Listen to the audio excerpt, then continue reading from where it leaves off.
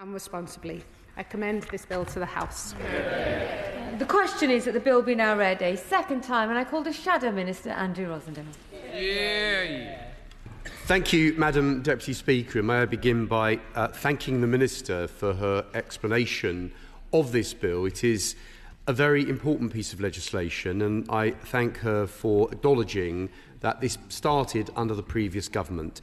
I hope there will be a consensus, but there are many questions to be answered, and we need to go into this legislation in a lot of detail to make sure that there are not unintended consequences. And so, Madam Deputy Speaker, nobody in this House doubts the importance of protecting our oceans. They belong to us all.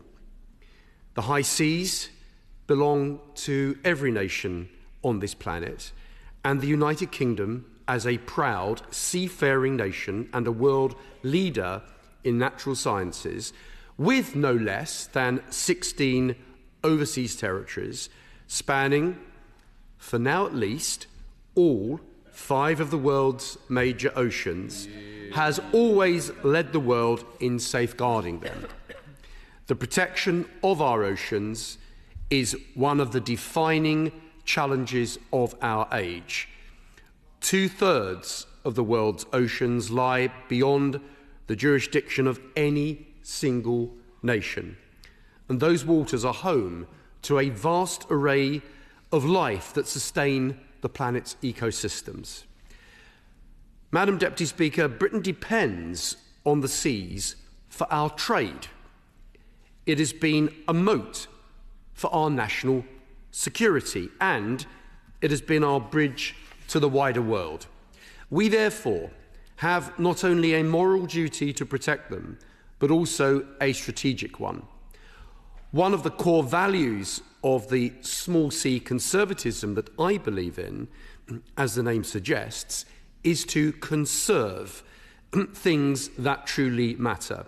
This is not only something that applies to our institutions and our way of life here in these islands, but also the preservation of our green and pleasant land, and in this case, that of the marine biodiversity, so that we can hand on to our descendants the natural beauty that I know we all cherish. And that principle is certainly not in question today by anyone in this House of any party. And nowhere is that record clearer than in the crown jewel of our leadership on the environment than in the Blue Belt programme. Through it, the United Kingdom and our overseas territories have created over 4.4 million square kilometres of marine protected areas from the South Atlantic and the Pacific to the Indian Ocean. These waters safeguard king penguins on the Falkland Islands, the green turtles on Ascension Island, and grey reef sharks on the Pitcairn Islands, and countless other species across the globe. I've had the privilege to visit both the Falkland Islands and Ascension Islands, and to see the amazing biodiversity that we are responsible for, and the oceans around those territories are vital to protect. It is one of the largest networks of protected ocean on Earth, and it exists because of British leadership. Alongside the governments of the British overseas territories, we granted those creatures and their habitats protection from exploitation by others, protection from industrial fishing fleets, from countries that would plunder our resources without a second thought. And that is something this nation should be immensely proud of. I will, certainly. I listened carefully to what he's saying, and he's absolutely right in relation to the Blue Belt. But I wondered whether or not he therefore regretted, in all the debates that we've had about the Chagos Islands, that the party opposite have not raised the importance of the conservation of the fish stocks and the biodiversity around those islands. Well, the Chairman of the Foreign Affairs Committee, I'm afraid, is incorrect. We have raised these issues on many occasions. I have personally raised them on countless occasions over the years, and before too long, the Right Honourable Member will hear a bit more about the Chagos Islands and the importance of protecting marine stocks and biodiversity in that part of the world. And so, Madam Deputy Speaker, I fear that the government, at this stage, despite what's been said today, is riding roughshod over that record, undermining those very principles through their abject surrender of one of those marine protected areas. The British Indian Ocean Territory may look like a scattering of remote sea atolls in a far-flung region of the planet, but they are home to 640,000 square kilometres of ocean, one of the most pristine marine ecosystems on the earth, an area of ocean the size of France, and within it live more than 1,000 species of fish, over 200 species of coral, and which I've had the opportunity to see for myself in 2019 when I visited the Chagos Islands, and especially the atoll of Peros Banos, where I was greeted by the wonderful Chagosian coconut crabs as I jumped out of the dinghy and walked onto the beach and into the uninhabited island that we shamefully refused to allow the people to live there and forced them to leave their homes all those years ago. And so it is waters, in its waters, shelter seabirds, turtles, dolphins. It is an environmental treasure that the world envies and that Britain has rightly protected over so many years. Of course. Can I thank the honourable gentleman for giving way? Is he aware that Mauritius is actually one of the early signatories of the UN Global Oceans Treaty? Oh. And so, therefore, I'm not sure what his point is. I think the honourable member should examine how Mauritius actually behave in reality, and I'll come on to that a bit later. I think that it is very clear that if you want a nation that's actually going to take these issues seriously, it's the United Kingdom. It's easy to sign a treaty, it's not so easy to follow that through in practice. And so, Madam Deputy Speaker, I believe in an act of historic folly, this government are to hand that amazing territory over to Mauritius. That nation does not have a record, the capability or the will to protect such a fragile environment. Its own waters have suffered from overfishing and poor enforcement, and its close alignment with China and indeed India should concern anyone who cares about the Indian Ocean's future. Indeed, the evidence speaks for itself. In the 2024 Environmental Performance Index, Mauritius ranked 109th in marine key biodiversity area protection with a score of just 0.8 out of 100, 83rd for the marine habitat protection and 131st for marine protection stringency, down nearly 78%. Are these the credentials of a nation ready to steward one of the world's most delicate ecosystems? The government appears to think so. I disagree. Yes, I'll certainly give way. I was just wondering whether he finds himself in the wrong debate. Order. I am overseeing the debate. If it was the wrong debate, I would have pointed it out. Andrew Rosindell. Thank you, Madam Deputy Speaker. Some of us do care about our British overseas territories and marine environment. Some of us have argued for this for many, many years, as have many on the other side of the chamber. And I do think that if we are to take this seriously, we need to take our responsibilities seriously.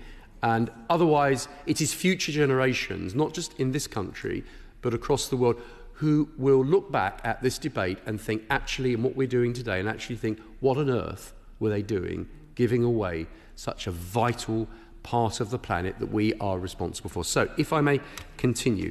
So, either the government truly believe Mauritius will reverse course and persuade China to respect marine protected area, or, as I'm afraid the Chagos Surrender Treaty implies, we shall end up doing the heavy lifting while paying for the privilege. Forgive me for not being entirely convinced, Madam Deputy Speaker, but I do not believe that these are the statistics of a nation ready to take on the responsibility of one of the world's most delicate marine ecosystems. Now, scientific assessments show that live coral cover in Mauritian waters have fallen by up to 70% in the late 1990s, while coastal erosion and reef degradation continue unchecked.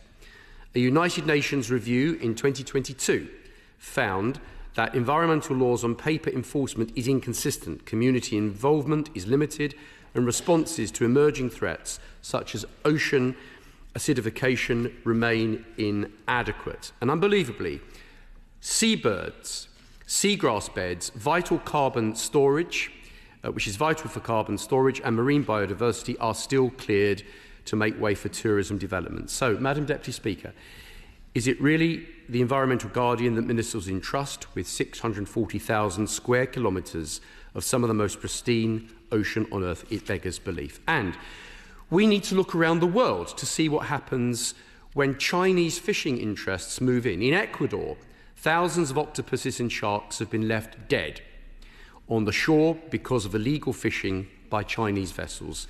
We need to guard against this in future. Off the coast of Ghana, fishermen's catches have fallen by 40% due to Chinese bottom trawlers decimating local fish stocks around the Korean peninsula. Squid populations have collapsed by 70%. And I hope that this legislation and this agreement will help to protect the oceans around the world and countries where there are no protections taking place at the moment. So if the Chagos Islands are handed over, the same fleets will soon appear in some of those waters, and Chagos will be at the mercy of exploitation. This is the context in which the House considers the Biodiversity Beyond National Jurisdiction Bill. It runs to 26 sections, as the Minister has spoken about, so it's impossible to run through them all today, but no doubt in the committee stage we will look at these in greater detail. There are, however, several points that must be added to the debate today. On ratification, when will it happen? Section 25 of the bill indeed provides for the commencement of regulation, but without any statutory deadline or parliamentary trigger, leaving ratification entirely at the discretion of the Secretary of State. To add to that, the bill specifically, sections 9 and 11, grants far-reaching powers to the Secretary of State to make regulations to amend existing acts of Parliament by secondary legislation. Where then is Parliament's role in that? How will the House scrutinise decisions taken by the Conference of Parties under the agreement? Will we be consulted before international rules are imposed on British institutions and industries? Will British waters or those of our overseas territories ever fall under the jurisdiction of foreign or a supranational regulator? We surely cannot allow global bureaucracy to override British parliamentary sovereignty. And beyond that question of control lies the spectre of bureaucracy itself. Sections 2 and 3 impose heavy reporting duties on marine research and genetic sampling. Section 16 allows still more procedures by regulation. So, has the Department assessed what this will cost in time and money for our scientists, shipping operators, and legitimate researchers? How will small British enterprises compete if they face mountains of paperwork, while less scrupulous nations exploit the same waters freely? We all support high standards, but in the world we currently live in, we cannot afford to lose innovation or competitiveness. Then there is the matter of expense. The impact assessment admits that compliance, licensing, enforcement will not be cheap, yet provides little detail on who pays. At a time of fiscal restraint, when every department must justify every pound spent, can the Minister explain whether this will truly be the best use of taxpayers' money? How much will it cost to implement the BBNJ regime in full? Will the task of monitoring fall to the Royal Navy or the Marine Management Organisation, And what extra resources will they receive to do the job? What is the cost-benefit ratio? And has the government assessed whether there could be indirect impacts on the taxpayer? And what are the impact on British industries, on fishermen, on offshore energy and biotechnology? And so, can the Minister assure us that British fishermen will not face restrictions, that our energy sector will not be burdened by impractical licensing, and demands that our biotech pioneers will not find their discoveries trapped in international bureaucracy? I thank the honourable gentleman giving way, and I wonder if I could offer some helpful clarity for this debate. So this debate is on BBNJ. This debate is on beyond national jurisdiction, beyond giving a clue to the fact that it's not in British waters. So therefore, the points raised about how much impact the high seas will have on offshore wind development might not be entirely valid. And the points made about the impact on British fishermen fishing in UK waters, again, might not be covered by the beyond national jurisdiction International Ocean Treaty. So I wonder if it might be helpful that if alongside the bill he reads the explanatory notes. Well, I think the Minister will have plenty of time to explain all these questions in detail at committee stage. This is second reading, and this is where we actually raise issues of concern. So I look forward to committee stage, and I look forward to all my questions, if not today, being answered at that stage of the bill. But I do thank her for her intervention. So, Madam Deputy Speaker, what safeguards will protect British intellectual property in marine genetic research? Will the benefit-sharing provisions prevent our scientists from developing the fruits of their own work? And will other nations shoulder equal obligations, or will Britain be left carrying the cost because we are doing the right thing and others are not? Our research institutions are some of the most prestigious global leaders in the marine sector, whether that's the Natural History Museum, the National Oceanography Centre, or our magnificent universities. And so, first and foremost, there must be a guarantee from the government that this bill does not drown them in red tape. Section 20 rightly extends the bill's provision to the British overseas territories. They are, as I've said before, central to our environmental success story, from the Pitcairn Islands with their 35 residents to Tristan da Cunha, home to barely 240 residents. These far-flung Britons have shown what small communities can achieve for global conservation when they have British support. But how can they have confidence in the government's assurances when they witness what is happening in Chagos? If ministers are willing to trade away one British territory without consultation or consent, what message does that send to the rest? Madam Deputy Speaker, I would remind the House that conservation with the loss of sovereignty and without credible means of enforcement is a hollow virtue. The United Kingdom has a record to be proud of, from Captain Cook to David Attenborough, and so we must build on that record and not undermine it with rushed ratification.